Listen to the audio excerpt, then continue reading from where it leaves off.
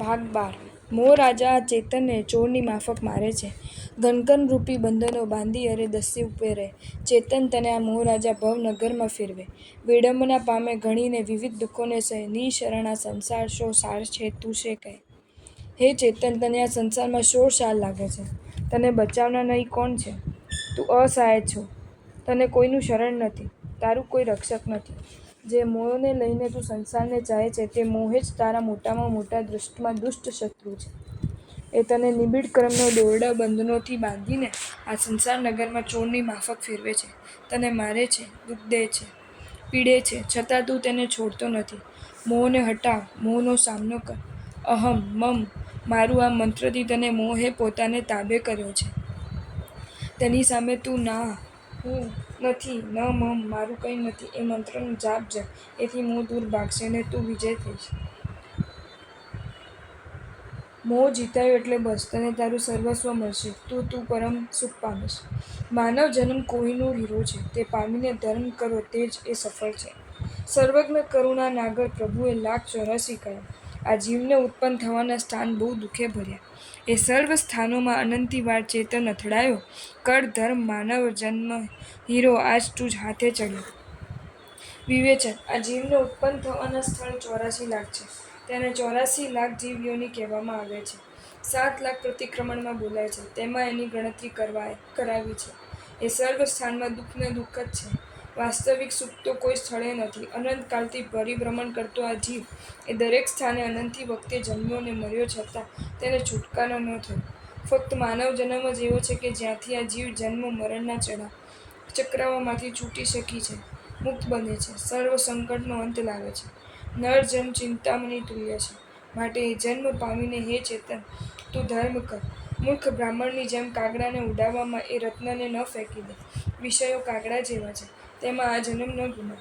એક મોટો અંધારિયા મહેલમાં એક જણને પૂરો. તે મહેલને 84 લાખ બારણાં હતા.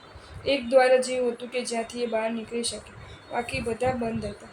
અંદર પૂરાયેલ પ્રાણીને ત્યાં ખૂબ દુઃખ હતું. એટલે એ બહાર નીકળવા ઘણા ફાંફા માર્યા, પણ માર્ગ ન મળ્યો. તેને એક દ્વાર ખુલ્લું છે તેની ખબર પડી. બધે બારણે ભમતો ખુલ્લા બારણે પાસે આવ્યો. ત્યારે તેને મનમાં વિચાર આવ્યો કે આંધળા માણસો કેમ ચાલતા હશે? હું એ પ્રમાણે ચાલી શકું કે નહીં? એટલે આંખ મીચીને ચાલવા લાગ્યો. એટલામાં એ ખુલ્લું દ્વાર ચાલ્યું ગયું ને પુનરપી ફરી એને એ જ ચક્રાઓ એને રહ્યા. માટે હે ચેતન, તું આ નરજન્મ પામી આંધળાનું અનુકરણ ન કરતો. નહીં તો તારો અંત જ નહીં આવે. આ ઉઘાડું બારણું છે. નીકળી જા સંસારમાંથી ને સુખી થા. સંયમ લઈ શિવપદને પામ. કુટુંબીઓ કોઈ કામના નથી. એમાં જીવન ગુમાવવું એ તદ્દન નિષ્ફળ છે. બહુ જાતિઓમાં ભ્રમણ કરતા સર્વ સંબંધો કર્યા. માતા પિતા બંધુ પણ એ તુજ સર્વ સત્વો સાંભળ્યો. પણ કોઈથી અધાપી તુજ રક્ષણ કદીએ ન થયો. હે જીવ, તારું જીવન સવી એળે ગયું. વિવેચન: હે આત્મન, તું કુટુંબના મોહે માતા પિતા ભાઈ ભાડું પુત્ર પત્ની આદિ પરિવારના રાગે સંસારમાં પડ્યો રહેતો હો તો તે રાગ છોડી દે. એ તારો મિથ્યા મોહ છે. દરેક જીવ તારા કુટુંબી સંબંધી છે. તું અનંતકાળથી ભ્રમે છે ને દરેકની સાથે કોઈ ને કોઈ સંબંધથી જોડાયો છો. એ કોઈ તારા કોઈ પણ કામમાં નથી આવ્યો. ઉલટું એના સંબંધને લઈને તું દુઃખના ખાડામાં ગબડી પડ્યો છે. એની પલોજણમાં તું તારું કાંઈ સાધી શક્યો નથી. તારું કર્તવ્ય તું ભૂલી ગયો છે. તારું જીવન તે એળે ગુમાવ્યું છે, નિષ્ફળ કર્યું છે. તારા આત્માને દુઃખથી છોડાવવો એ તારું મુખ્ય કર્તવ્ય છે. એ માટે તે શું કર્યું? બધાને પડવા દે ખાડામાં. તું તારું સાધી લે. તારા હિતમાં સર્વનું હિત સમાયું છે. માટે જીવનને સફળ બનાવવા માટે ધર્મ પંથે વળ અને સુખ મેળવ. મરણ સમયે મામા કરે નહીં વળે. ધર્મ કરશો તો સુખી થશો. જેમ અલ્પ જલમાં માછલી નિઃશરણ થઈને તરફડે, તેમ જીવન અંતે જીવ આ પીડાય છે વ્યાધિ વડે. મામા કરે કોઈ કરુણ સ્વરથી અશ્રુની ધારા વહે. દેખે સગા વ્હાલા તથાપિ કોઈ દુઃખ ન સહળે. આ જીવને દુઃખ આવે ત્યારે, મરણકાળ નજીક આવે ત્યારે, અનેક વ્યાધિઓ રોગો થાય હોય ત્યારે અસહ્ય વેદના થાય છે. એ વેદનાથી એ કલ્પાંત બુલંદ કરે છે. આંખમાંથી આંસુની ધારા વહે છે. કરુણ સ્વરથી ઓ મા, ઓ બાપ એવી ચીસો બૂમો પાડે છે. જેમ ઓછા પાણીમાં માછલી ફફડે તરફડે તેમ આ જીવ હાથ પગ ઘસે છે, પછાડે છે. એ અસહાય નિઃશરણ અનાથ સ્થિતિમાં મુકાય છે. તેને બચાવવા કોઈ સમર્થ નથી. મા બાપ, સ્ત્રી પુત્ર સગા વહાલા બધા જોઈ રહે છે. કોઈ તેનું રજમાત્ર દુઃખ ઓછું કરી શકતું નથી. એ દુઃખથી બચાવનાર કોઈ હોય તો તે ધર્મ છે. ધર્મને આરાધ્યો હોય તો આવા દુઃખો આવતા નથી, ને આવે છે તો સહનશીલતા રહે છે, ને અંતે પરમ સુખ મળે છે. માટે ધર્મ કરને સુખી થા. આ વાત અનાથિ મુનિના દ્રષ્ટાંતથી આબેહૂબ યથાર્થ સમજાય છે. તે માટે શ્રી ઉત્તરાધ્યાય સૂત્રનું 20મું મહાનિઠી જ અધ્યાયન વાંચવું, સાંભળવું અને વિચારીને હૃદયમાં ઉતારવું. સ્ત્રી શ્રેય અને પુત્ર પ્રેમ દુઃખદાયી છે, અને સુખદાયી માની દુઃખી ન થવું. આ પુત્ર મુજ સુખહેતુ છે, આ સ્ત્રી સદા સુખદાયિની. મત જાણે જાય એમ મન વિશે એ બુદ્ધિ છે દુઃખદાયિની. એમ માનતા કે નાળકીને કંઈક નિર્જનસો થયા. નર જન્મ હીરો હાથથી હારી ગયા, હારી ગયા. વિવેચન. હે ચેતન, તને કોઈએ ભૂલાવ્યો છે, ઊંધે રસ્તે ચડાવ્યો છે, ભ્રમમાં નાખ્યો છે. તું સુખની શોધમાં ફરે છે. તને મોહ રાજાના દલાલોએ સ્ત્રીથી સુખ મળશે, પુત્રથી સુખ મળશે, ધન ભોગ વિલાસો એશ આરામથી સુખ મળશે વગેરે સમજાવી તેની પાછળ તને પાગલ કરી દીધો છે. તું એ બધું સાચી માની એની પાછળ ગાંડાની માફક ભમે છે. પણ એમાં સુખ નથી. એ તલ નથી, રેતીના કણ છે. એમાંથી તેલ નહીં નીકળે. ગમે તેટલું પી લઈશ પણ કાંઈ નહીં વળે. તારી જેવા સેંકડો લાખો કરોડો પ્રાણીઓ એમને એમ દુઃખી ગયા. અનંતાનંત જીવો હેતુ એથી વિશેષ દુઃખ પામ્યા. નરક ને તિર્યંસના ખાડામાં ગબડી ગયા. હાથમાં આવેલ નર જન્મ સુખદાયી અવતાર કલ્પવૃક્ષ જેવો ભવ હારી ગયા. ગુમાવી બેઠા. હાથ ઘસતા ચાલ્યા ગયા. માટે હે જીવ, એ ભ્રમને છોડી દે ને સાચા સુખને દેનાર ધનને આરાધ. સંસારના સંબંધોને તાત્વિક દ્રષ્ટિએ વિચારો. તમને જરૂર એ ખારા લાગશે, ને એથી વૈરાગ્ય થશે. માતા મરી સ્ત્રી થાય છે, ને સ્ત્રી મરી માતા બને. થાય પિતાને પુત્ર, ને જે પુત્ર તે જ પિતા બને. એક જન્મમાં પણ જીવ આ બહુ રાગથી રંગાય છે. કુબેર ક્ષણ પર અરે પીડાય છે, પીડાય છે. વિવેચન. હે જીવ, તને પૂર્વ જન્મનું જ્ઞાન નથી. તારી બધી અજ્ઞાન ચેષ્ટા છે. નહીં તો તને સ્ત્રીની સાથે ભોગ ભોગવવા કેમ ગમે? જે સ્ત્રીને તું આલિંગન કરવા ઈચ્છે છે તે એક વખત તારી માતા હતી. એક જન્મમાં તું એની ગોદમાં રહ્યો હતો, એના ખોળામાં રમ્યો હતો, એનું દૂધ પીને મોટો થયો હતો. આજે બધું તું ભૂલી ગયો છે. તને કંઈ પણ યાદ નથી. આ બધા આત્મા સાથે તારા બધા સંબંધો બંધાય છે. એક જન્મની માતા એ બીજા જન્મમાં સ્ત્રી થાય છે. આ જન્મની સ્ત્રી અન્ય જન્મમાં માતા બને છે. એક ભવનો બાપ એ બીજા ભવમાં પુત્ર થાય છે, ને પુત્ર એ અન્ય ભવમાં પિતા થાય છે. અને જુદા જુદા ભવને જન્મની અપેક્ષા તો દૂર રહી, પણ એક જ જન્મમાં જીવ બીજા જીવ સાથે જુદા જુદા અનેક સંબંધો સગપણથી જોડાય છે.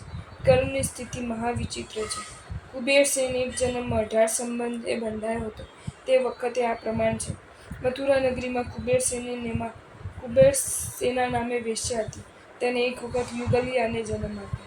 બંનેની આંગળીમાં વીંટી પહેરાવીને યમુના નદીમાં મૂકી દીધા.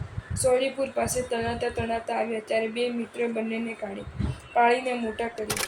કર્મયોગે તે બંને કુબેરદત્ત ને કુબેરદત્તા ભાઈ બહેન એકબીજા જોડે પરણ્યા. બેનને પોતાનો સ્વામી પોતાનો બંધુ છે એ વાતની જાણ થતાં વૈરાગ્ય આવ્યો. તેણે દીક્ષા લીધીને સાધ્વી બની. કુબેરદત્ત એકલા વ્યાપારને કારણે મથુરા ગયો. પોતાની માતા વેશ્યાની સાથે વિલાસ કરતા ત્યાં એક બાળક થયું. પેલી સાધ્વીને અવધિજ્ઞાનથી આ વાતની ખબર પડી. તેને આવીને તે બધાને આ હકીકતથી વાકેફ કર્યા.